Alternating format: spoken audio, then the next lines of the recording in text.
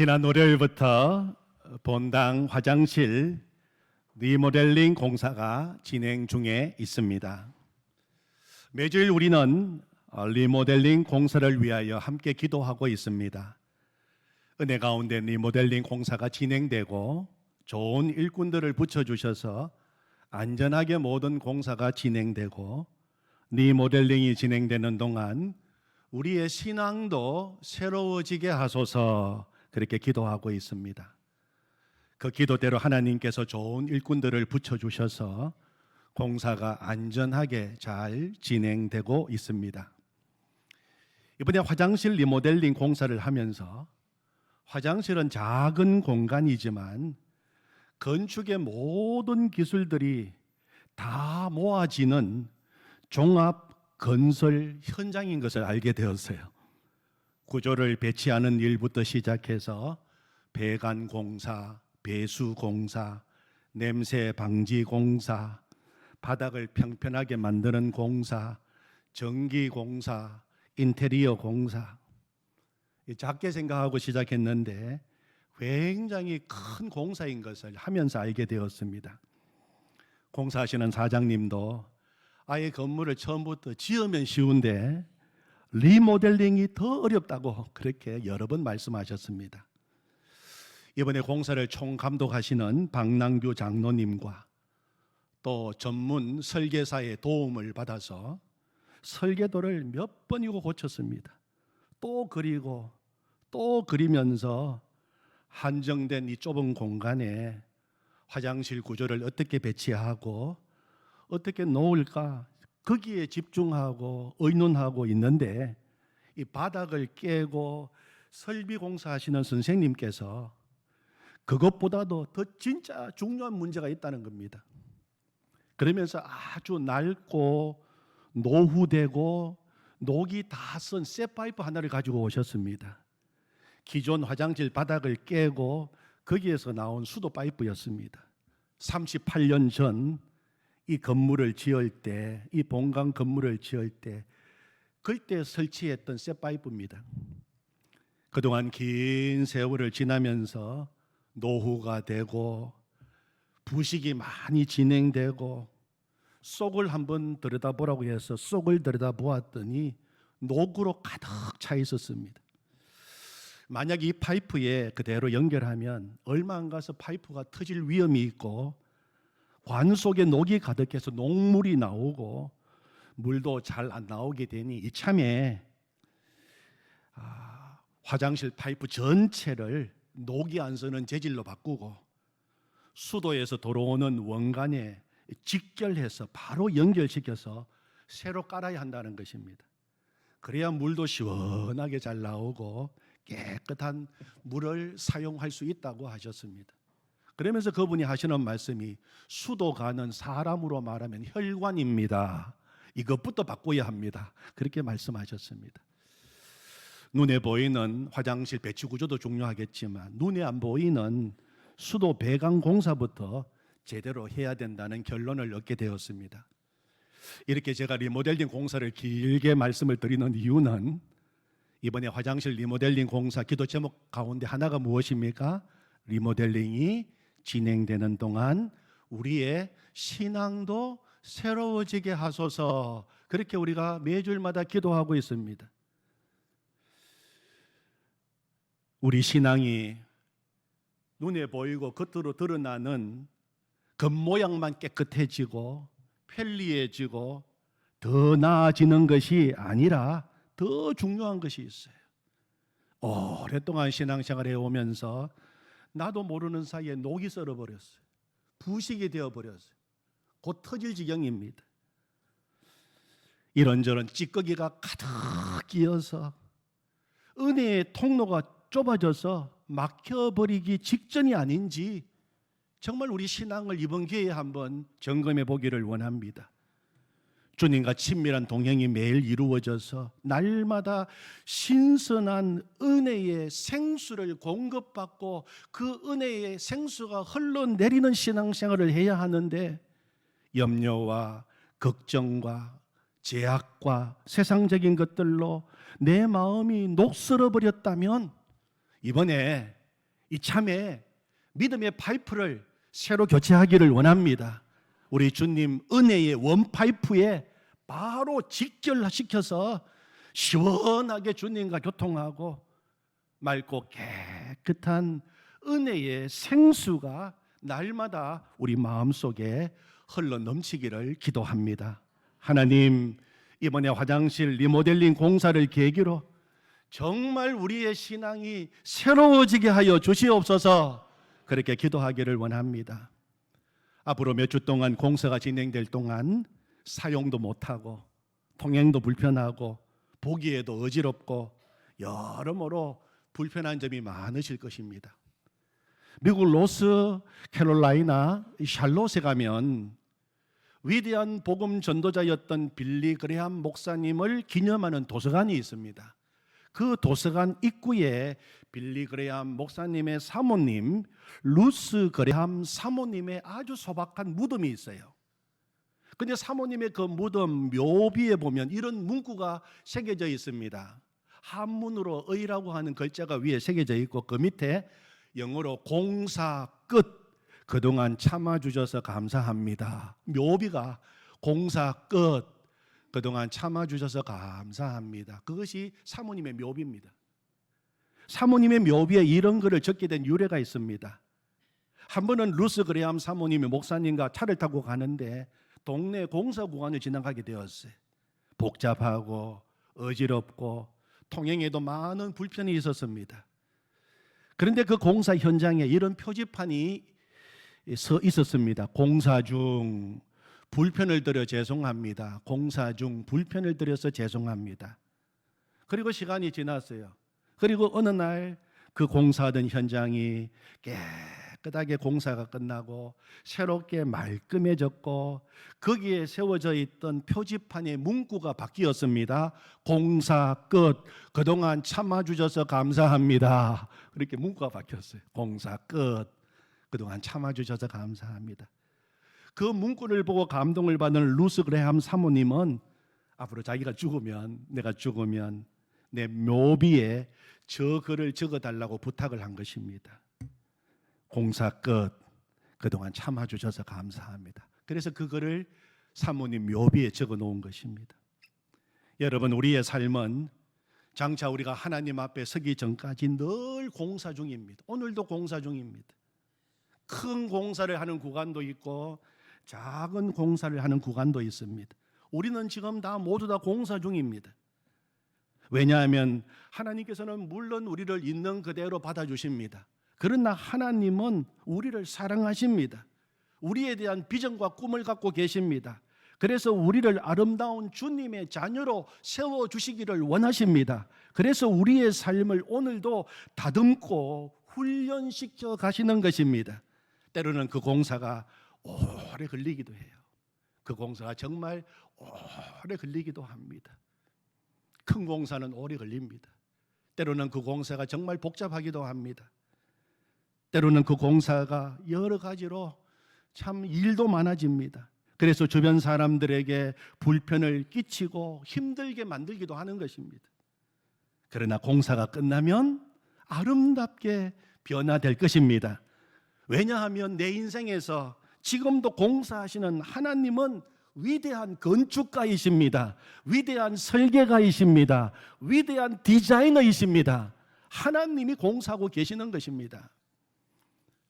언젠가 우리 모두는, 이 자리에 있는 우리 모두는 공사 끝, 그동안 참아주셔서 감사합니다, 그 표지판을 붙일 날이 찾아올 것입니다.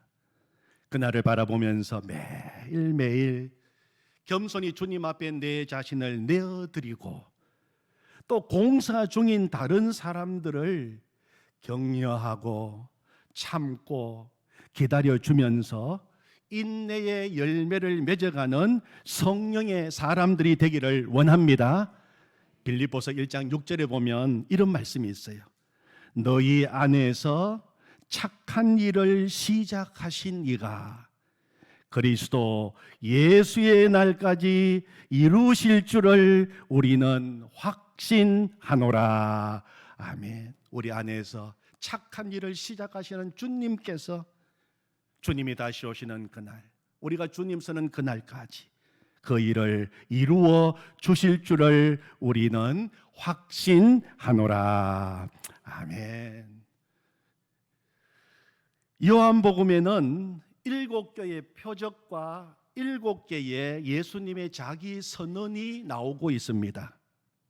7개의 표적, 우리가 그동안 많이 살펴보고 말씀을 나누었습니다. 첫 번째 표적은 요한복음 2장에 나오는 물로 포도주를 만드신 사건입니다.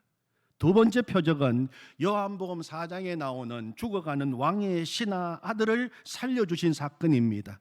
세 번째 표적은 요한복음 5장에 나오는 38년 된 병자를 고치신 사건입니다. 네 번째 표적은 요한복음 6장에 나오는 보리떡 5개, 물고기 2마리로 5,000명을 먹이신 사건입니다. 그리고 다섯 번째 표적은 요한복음 6장에 나오는 물 위를 걸으신 사건입니다. 그리고 여섯 번째 표적은 앞으로 요한복음 9장에 가면 날 때부터 소경된 자를 고치신 사건입니다. 마지막 7번째 표적, 요한복음에 나오는 마지막 7번째 표적은 요한복음 11장에 나오는 죽은 나사로를 살리신 사건입니다. 이 모든 표적의 목적은 분명합니다. 표적을 일으키시고 요한이 그 표적을 말씀에 기록한 목적이 아주 분명해요. 예수님을 믿도록 하기 위해서입니다. 예수님이 하나님의 아들이시고 우리의 구주가 되시고 그 예수님을 믿어서 영원한 생명을 얻도록 하는 것이 예수님의 모든 표적의 목적입니다. 그래서 요한복음 20장 31절에서 요한은 이렇게 말합니다. 오직 이것을 기록하면, 이런 표적을 기록한 이유가 무엇입니까? 너희로 예수께서 하나님의 아들 그리스도이심을 믿게 하려 함이요 또 너희로 믿고 그 이름을 힘입어 생명을 얻게 하려 함이니라. 요한복음에 기록된 모든 말씀, 요한 1서, 요한 2서, 요한 3서, 요한 계시록 모든 말씀을 기록한 목적이 무엇입니까? 예수님이 하나님의 아들이십니다. 예수님이 그리스도이십니다. 예수님을 믿으면 그 이름을 힘입어 영원한 생명을 얻게 됩니다. 이 복음을 전하기 위하여 이 말씀을 기록한 것입니다. 요한복음에 7가지 예수님의 자기 선언도 나옵니다. 마찬가지입니다. 예수님께서 자신이 하나님의 아들이시고 우리의 구주가 되시고 우리의 주님이신 것을 예수님이 직접 말씀으로 선포하시고 가르쳐 주신 것, 그것이 7가지 예수님의 자기 선언입니다. 나는 무엇이다, 나는 누구다, 그런 형식으로 말씀하신 것입니다. 첫 번째 예수님의 자기 선언, 요한복음 6장에 나오는 나는 생명의 떡이다. 그렇게 예수님이 말씀하셨어요. 나는 생명의 떡이다. 나를 먹는 자는 줄이지 아니할 것이요. 두 번째가 오늘 요한복음 8장 12절에 나오는 나는 세상의 빛이다. 그렇게 말씀하셨어요. 세 번째는 요한복음 10장에 가면 나는 양의 문이다. 네 번째도 요한복음 10장에 보면 나는 선한 목자다. 다섯 번째는 요한복음 11장에 가면 죽은 나사로를 살리시는 사건 속에서 나는 부활이요 생명이다. 그리고 요한복음 14장에 가면은 저 유명한 내가 곧 길이요 진리요 생명이다. 그리고 마지막 7번째는 요한복음 15장에 나는 참 포도나무다. 그렇게 예수님께서 자기 선언을 하셨어요. 나는 생명의 떡이다. 나는 세상의 빛이다. 나는 양의 문이다. 나는 선한 목자다. 나는 부활이요 생명이다. 내가 곧 길이요 진리요 생명이다. 나는 참 포도나무다. 예수님의 자기 선언, 다 예수님이 누구신지를 우리에게 말씀해 주신 것입니다. 요한복음에 나오는 7대 표적과 7대 선언을 통해서 우리는 예수님이 하나님의 아들이시고 이 땅에 오신 성자 하나님이시고 그리고 절대 신성을 가지신 하나님이신 것을 확인하게 됩니다. 그리고 이런 절대 신성을 가지신 예수님이 인간의 몸을 입고 우리 가운데 오셔서 우리의 구원을 성취하셨습니다. 그러므로 이런 절대 신성을 가지신 예수님께서 우리의 구주가 되시고 나의 그리스도 구주이시니 우리가 받은 구원도 절대 확실한 것입니다. 그것을 믿도록 하기 위해서입니다. 우리가 예수님을 믿음으로 제사함 받고 죄와 사망에서 해방된 것은 물론이거니와 이제는 예수님 안에서 풍성한 생명의 삶을 살게 되고, 그래서 근심 걱정이 떠나가게 되고 영원한 생명을 누리며 살게 되고 빛 가운데 살게 되고 예수님과 날마다 동행하게 되고 풍성한 성령의 열매가 맺히게 되고 기쁨과 감사가 넘치는 신앙생활을 할 수 있게 되었다는 것입니다. 우리가 날마다 요한복음을 나누는 이유가 바로 여기에 있는 것입니다. 예수님께서는 요한복음 6장 35절에서 나는 생명의 떡이니 내게 오는 자는 결코 줄이지 아니할 터이요 나를 믿는 자는 영원히 목마르지 아니하리라, 그렇게 말씀하셨습니다. 예수님은 생명의 떡이십니다. 예수님 앞에 나오는 자는 결코 배고프지 않습니다. 결코 줄이지 아니할 터이요 나를 믿는 자는 이제 인생의 갈증이 해결되고 영원히 목마르지 아니하리라. 그것이 예수님 믿는 것이라는 것입니다. 그것이 예수님 믿는 것입니다. 오늘도 이 시간에 우리 주님이 주시는 생명의 떡을 먹고 생명의 생수를 마음껏 마시는 시간이 되기를 원합니다. 아멘.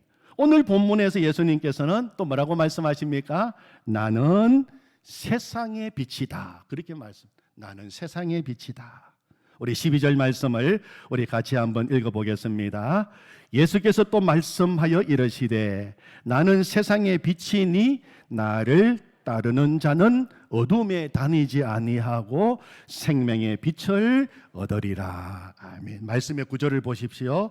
나는 세상의 빛이니, 예수님은 어둠이 가득한 온 세상을 밝히시는, 온 세상을 구원하시는 세상의 빛이십니다.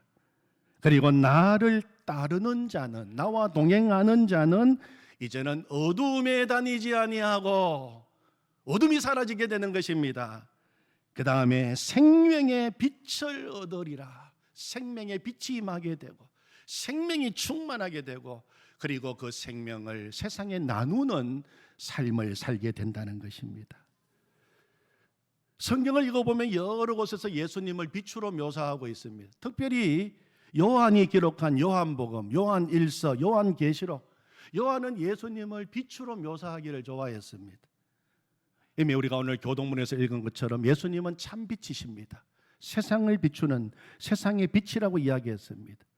그리고 요한이 또 기록한 요한계시록 1장 16절에 보면 예수님의 모습을 이렇게 묘사합니다. 그 얼굴이 해가 힘있게 비치는 것 같다. 예수님은 한낮에 가장 밝게 빛나는 태양처럼 온 세상을 비추는 빛이다. 그렇게 묘사하고 있는 것입니다. 여러분, 빛이신 주님 앞에서는 그 어떤 어두움도 그 앞에 머무를 수가 없어요. 어떻게 어두움이 가장 밝은 태양 앞에서 머무를 수 있겠습니까? 어두움은 다 드러나게 되고 어두움은 다 떠나가게 되고 사라지게 되는 것입니다. 우리 인생도 마찬가지입니다. 그 얼굴이 가장 힘있게 비치는 해 같으신 예수님이 내 마음에 오시면 내 안에 있는 모든 어두움은 사라지게 되는 것입니다. 사라지게 돼요. 주님이 오시면 사라지게 되는 것입니다. 그것이 당연한 것입니다. 그것이 이상한 거 아닙니다. 주님이 내 안에 오시면 어두움은 사라지게 되는 것입니다. 빛을 이길 수 있는 어둠은 없습니다. 방안이 캄캄합니다. 어떻게 하면 어둠이 사라집니까? 너무 간단합니다. 불 켜면 됩니다. 빛이 임하게 되면 됩니다. 마찬가지로 내 마음 속에, 내 인생 속에 어둠이 있어요. 끊지 못하는 죄의 어둠이 있고, 늘 문제 만나면 절망하고 두려워하고 낙심하고 염려하는 그런 어둠도 우리 속에 있어요. 어떻게 하면 됩니까, 여러분? 제발 물러가라고 빌면 됩니까? 그래서 사람들은 무당을 불러서 굿도 하고 거기에 아주 빌기도 합니다. 굿이 무엇입니까? 굿은 제발 좀 물러가 달라고 귀신에게 비는 겁니다. 그런다고 더러운 귀신이 물러갑니까? 더 달라붙습니다. 귀신은 어둠의 영이기 때문이에요.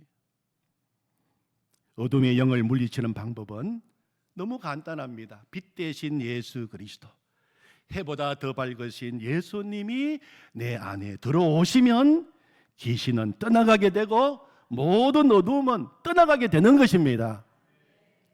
여러분, 그런데 예수님을 믿고 있는데도 여전히 내 안에 어둠은 떠나지 않고 여전히 죄 짓고 있고 끊지 못할 습관적인 죄가 있고 두려움과 좌절과 염려 속에서 오늘도 우울한 마음으로 살아가고 계십니까? 그러시다면 정말 예수님이 내 안에 계시는지를 확인해 보셔야 돼요. 정말 예수님이 내 안에 내가 정말 예수님 믿는다고 하는데 정말 그렇다면 예수님이 내 안에 계시는가? 예수님을 믿는다고 하면서도 요한계시록 3장에 나오는 라오디게아 성도들처럼, 라오디게아 성도들 예수 믿는 사람들이었어요. 함께 모여서 예배드리는 사람이었습니다. 어렵고 힘든 그 삶의 자리에서도 예수 믿는다고 스스로 이야기하는 사람들이었습니다. 그런데 라오디게아 교회 성도들처럼 예수님을 지금 문 밖에 세워두고 있지는 않은지 우리가 살펴봐야 됩니다. 영국의 윌리엄 홀먼 헌트라고 하는 화가가 있는데 이 화가가 세상의 빛이라고 하는 작품을 그렸어요. 아마 여러분도 이미 보신 작품일 겁니다. 한번 그 그림을 한번 보여주시기를 바랍니다. 윌리엄 홀먼 헌트가 그린 세상의 빛이라고 하는 그림입니다. 이 그림 틀에는 요한계시록 3장 20절 말씀이 새겨져 있어요. 볼지어다 내가 문 밖에 서서 두드리노니 누구든지 내 음성을 듣고 문을 열면 내가 그에게로 들어가 그와 더불어 먹고 그는 나와 더불어 먹으리라. 이 말씀이 그림의 틀에 새겨져 있습니다. 달빛이 은은하게 번지는 고저넉한 밤에 누군가의 집 앞에서 문을 두드리고 계시는 예수님의 모습을 그린 그림입니다. 예수님 왼손에는 등불을 들고 있고 오른손으로 문을 두드리고 계십니다. 그런데 여러분께서 한번 이 그림을 한번 자세히 한번 나중에 보시면 양손에는 못자국이 선명하게 그려져 있습니다. 양손의 못자국은 부활하신 예수님을 암시하는 것입니다. 그분이 입고 있는 천국의 복장은 신비한 분위기를 자아내고 있습니다. 십자가의 죽음으로 온 세상 사람들의 죄를 대속하신 예수님께서 부활하셔서 이제는 부활의 주님으로 지금 누군가의 집 앞에서 문을 두드리고 계시는 것입니다. 그런데 이 그림을 자세히 보면 문에 손잡이가 없습니다. 안에서 열어주어야만 열리는 문입니다. 또 이 그림을 자세히 보시면 문 앞에 보시면 무성하게 자란 숲풀이 문 전체를 뒤덮고 있는 것을 보게 됩니다. 이 문이 오랫동안 열리지 않았다는 것입니다. 오랫동안 열리지 않아서 그 앞에 숲풀이 문 전체를 뒤덮고 있습니다. 예수님께서 얼마나 오랫동안 이 집 문 앞에 서 계셨던 것일까요? 계속 문 앞에서 두드리고 계신 예수님의 얼굴은 왠지 슬퍼 보이고 그리고 예수님 머리에 후광처럼 보이는 고요히 밤을 밝히는 둥근 달만이 예수님의 오랜 기다림을 지켜주고 있는 것 같습니다. 이 세상의 빛, 이 그림은 헌터 자신의 신앙 고백입니다. 당시 산업혁명으로 피폐해지고 영적으로 어두워지고 교회는 문을 닫고 믿음을 잃어버리고 살아가는 영국 사회의 신앙의 모습을 그린 것입니다. 그러나 헌터가 그린 것은 예수님을 진정한 주로 모시지 않고 살아가는 모든 인생들의 모습을 그린 그림인 동시에 예수님을 믿는다고 하면서도 주님을 마음의 중심에 나의 주님으로 모시지 않고 예수님을 문 밖에 세우고 살아가고 있는 크리스찬들의 모습을 동시에 그린 것입니다.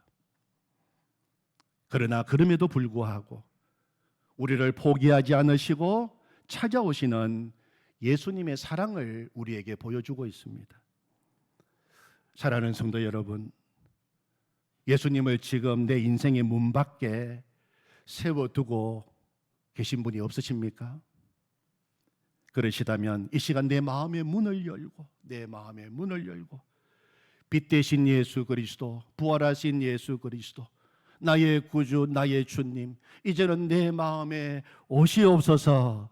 예수님을 내 마음에 모시기를 원합니다. 주님으로 모셔야 돼. 주님으로. 누구든지 내 음성을 듣고 문을 열면 내가 그에게로 들어가 그와 더불어 먹고 그는 나와 더불어 먹으리라. 아멘. 그런 역사가 일어나게 되는 것입니다. 문을 열면 주님이 들어오십니다. 치유의 역사, 회복의 역사, 죄의 어두움은 떠나가는 역사가 우리 인생 가운데 일어나게 될 줄로 믿습니다. 아멘. 말라기 4장 2절 말씀에 보면 내 이름을 경외하는 너희에게는, 정말 주님을 내 마음에 모시고 살아가는 주님을 경외하는 너희에게는 공의로운 해가 떠올라서 치료하는 광선을 비추리니 너희가 나가서 외양간에서 나온 송아지같이 뛰리라. 그렇게 말씀하셨어요. 공의로운 해가 누구십니까? 의로운 태양이 누구십니까? 예수님이십니다. 그 예수님으로부터 치료하는 광선이 나오는 것입니다. 예수님은 우리의 치료자이십니다.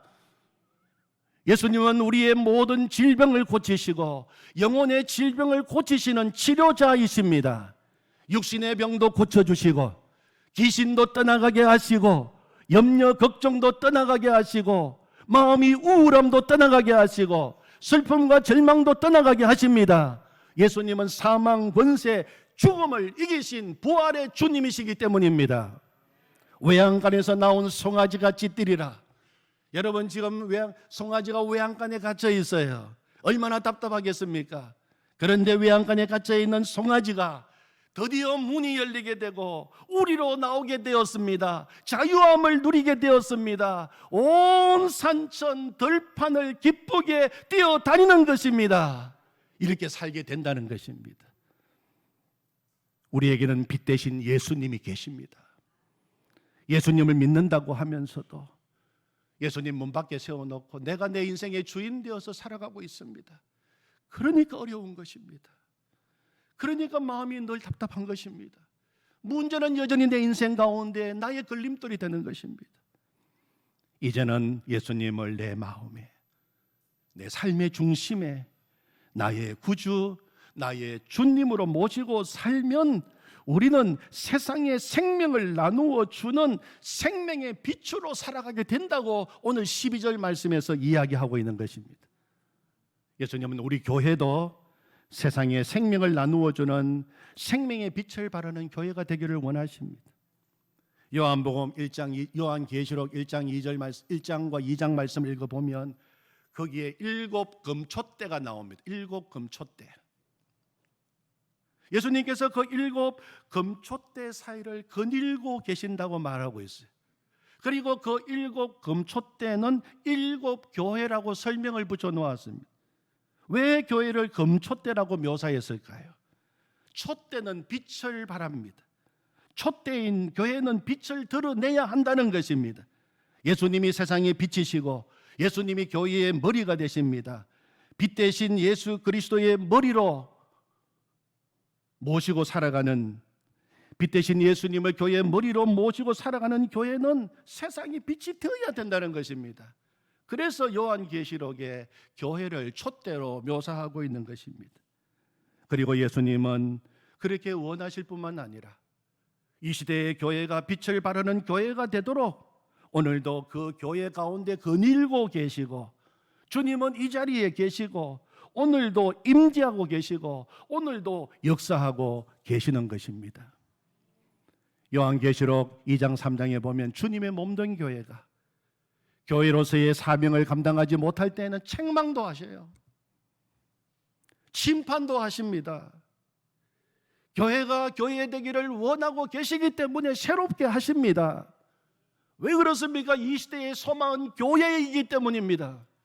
정치가 소망이 아니라, 경제가 소망이 아니라, 이 시대의 소망은 여전히 성도입니다. 이 시대의 소망은 여전히 교회입니다. 이 시대의 소망은 여전히 예수 그리스도이십니다. 주님은 교회를 통하여, 오늘도 성도들을 통하여 일하고 계시기 때문에 우리 성도들이 빛으로 일어나기를 원하십니다. 110년을 맞이하는 우리 칠성교회도 계속 세상에 빛을 발하고 생명을 나누어주는 교회가 되기를 원합니다. 아멘. 그런 교회가 되어야 됩니다. 요한계시록 12장 1절 말씀에 보면 거기에 태양을 옷 입은 한 여자가 나요. 여러분, 태양을 옷 입은 한 여자, 그런 여자 보셨습니까? 태양을 옷 입은 한 여자가 나와요. 해를 옷 입은 한 여자가 나옵니다. 근데 이 여자는 바로 교회를 가리킵니다. 예수님을 믿는 성도들을 가리킵니다. 성도는 누굽니까? 태양을 옷 입은 여자들이니까요. 태양을 옷 입은 사람들입니다. 태양은 지극한 하나님의 영광을 가리키고 있습니다. 해를 옷 입었다는 것은 하나님의 영광을 우리가 옷 입고 있다는 것입니다.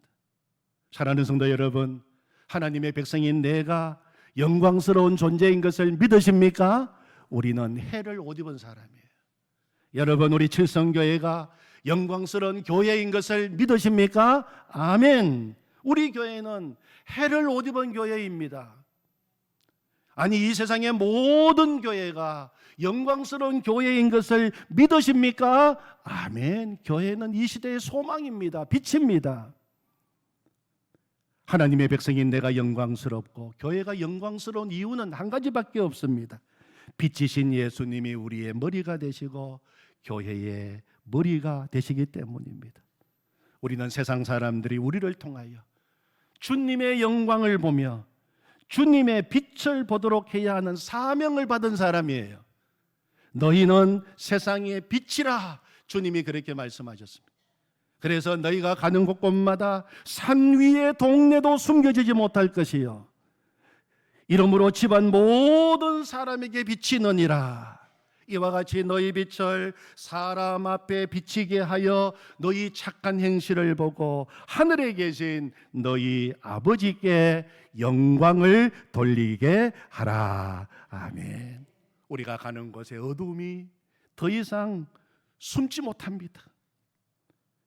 우리가 가는 모든 곳에 모든 사람들이 다 드러나게 되고 비치게 됩니다.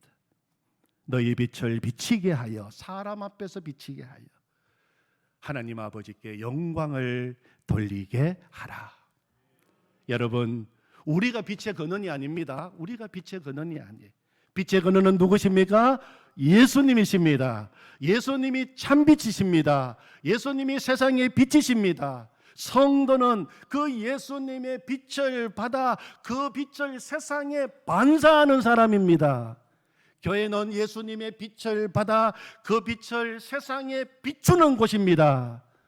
그러므로 예수님을 따르고 예수님과 동행하는 성도가 가는 곳마다 어두움은 물러가고, 오늘도 예수님의 말씀만 따르는 교회가 세워진 곳마다 세상의 어두움은 물러가고 광명의 나라, 빛의 나라, 하나님의 나라가 이루어지게 되는 것입니다. 아멘. 세상의 빛이신 예수님을 찬양합니다. 아멘. 하나님 아버지 감사합니다. 우리가 빛이 아니라 예수님이 참빛이 되시고 예수님이 빛의 근원이 되시고 예수님이 세상의 빛이 되어 주셔서 감사합니다. 그 예수님과 동행하고 그 예수님을 따르기만 하면 이제 우리는 어두움에서 다니지 아니하고 세상 생명의 빛을 얻게 되고 그 빛을 세상에 반사하게 된다고 말씀해 주셔서 감사합니다. 우리 교회가 세상에 빛을 비추게 된다고 말씀해 주셔서 감사합니다. 하나님, 우리가 가는 곳곳마다 어둠이 물러가게 될 줄로 믿습니다. 내 마음의 어둠이 다 떠나가게 하여 주시옵소서. 우리가 가는 곳곳마다 세상의 어둠은 물러가고 빛의 나라, 하나님의 나라가 이루어지게 될 줄로 믿습니다. 감사합니다. 예수님의 이름으로 기도하옵나이다. 아멘.